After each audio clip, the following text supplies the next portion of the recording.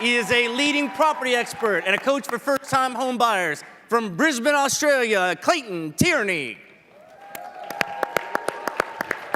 Steve Mandel, financial education, learning how to save money, grow money, keep money, compound money, is not taught in school at all, whether it's at the elementary or any levels of school. I never learned one thing about money and economics, micro, macro, Keynesian, none of that ever applied to anything. 3B plus 3X over Y equals X still hasn't helped me close any deals as well. So it is a priority for people because since they're not learning this during school, and how important is it for people to sort of, like learn that as soon as possible, because if not, it could set them back for the rest of their life, correct? It's critically important. You see this in the athlete space. I mean, you hear it more publicized there, and also even in the entertainment space. Sometimes people just don't know how to manage their money.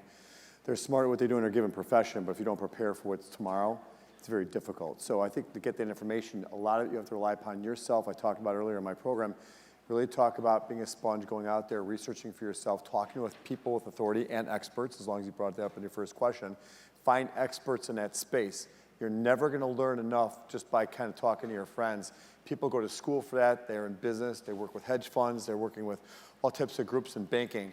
And you have to ask those questions. There's too many times people are losing their money too quickly because they don't have the right answers. They're also too trustworthy. I think that no matter what you do, no matter whenever you're being presented with something in a financial plan of sorts, take your time, never react quickly, and have a cooling off period before anybody's presenting you something so you don't write that check immediately. Try and think how you're going to have to hold on to your future so if something happens in your life, you can support yourself. Bruce, quickly, should it be taught at school or at home? I mean, is that something like be like, hey, we need to do this at home or at school? Well, I think everything should initially start at home. Good parenting, great parenting, I think that's the base for everything. In school, you're not going to get that knowledge unless you choose to take that class or that course with that teacher that can give you that knowledge.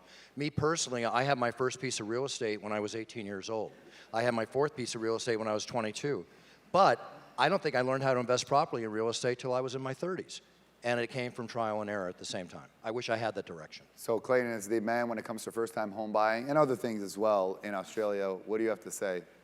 Yeah, I think the biggest issue most of the time is, especially as we get as adults, we fear rejection so much in life that it just stops us. And we get right close and then don't proceed. So, the thing about budgeting and understanding, your personal finances, and what I see a lot is that people would just rather not know than know. So, from planning for retirement and then bringing your way up, you've got to understand where your money's going, because without it, you're not going to get paid when you retire.